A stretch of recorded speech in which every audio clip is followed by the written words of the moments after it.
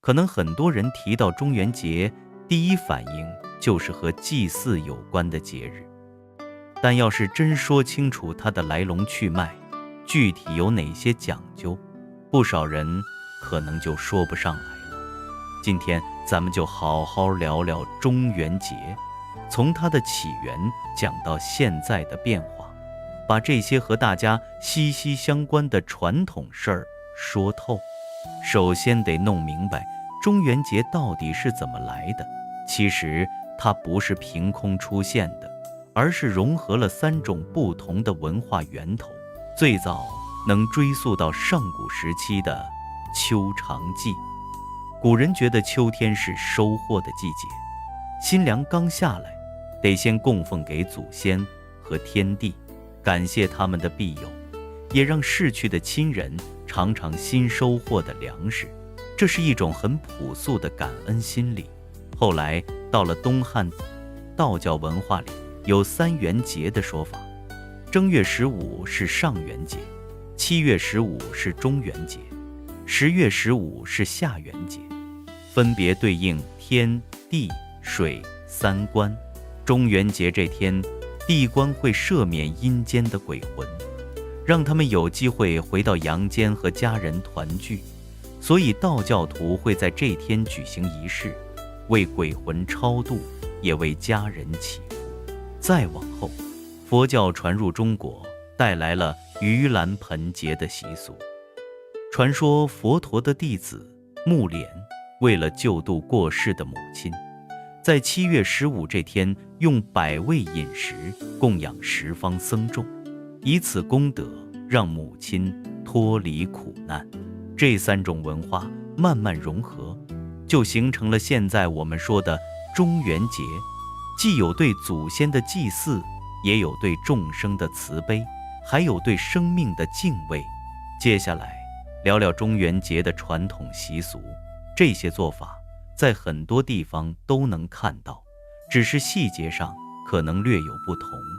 最常见的就是祭祀祖先，这可以说是中元节的核心内容了。一般从7月初1开始，家里就会开始准备，比如清理祖先的牌位，擦拭干净后摆上贡品。贡品通常是比较讲究的，有水果、糕点，还有刚做好的饭菜。讲究一点的家庭会准备祖先生前爱吃的东西，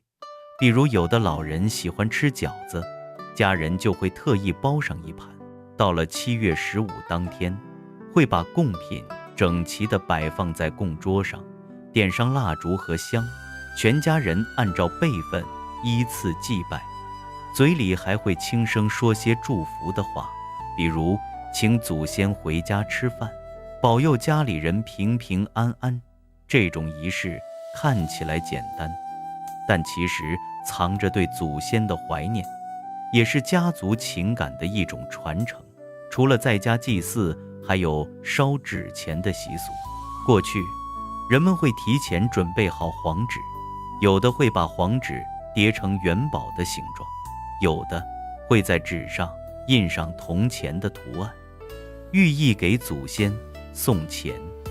让他们在另一个世界能过得宽裕。烧纸钱的时候也有不少讲究，通常会找一个空旷干净的地方，先用石灰或者木棍在地上画一个圈，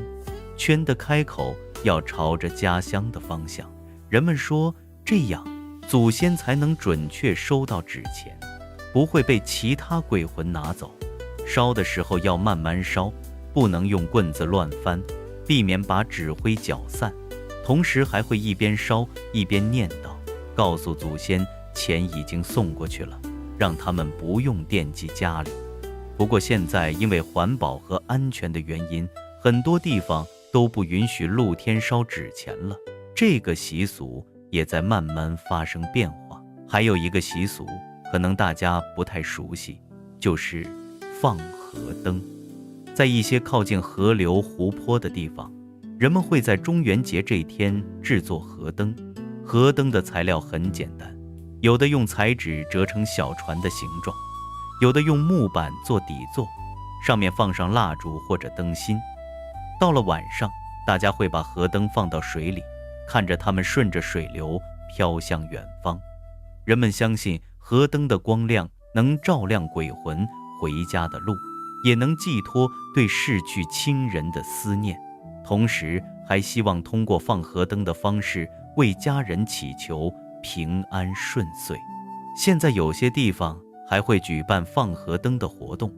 五颜六色的河灯在水面上连成一片，场面特别温馨，也成了当地的一道特色风景。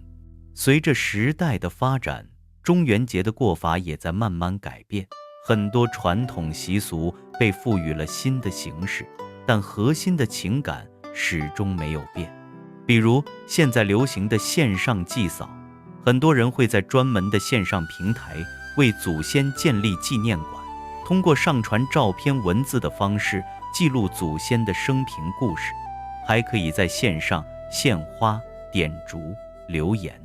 表达自己的思念。这种方式不仅环保安全，还能让身处不同地方的家人一起参与，共同缅怀祖先。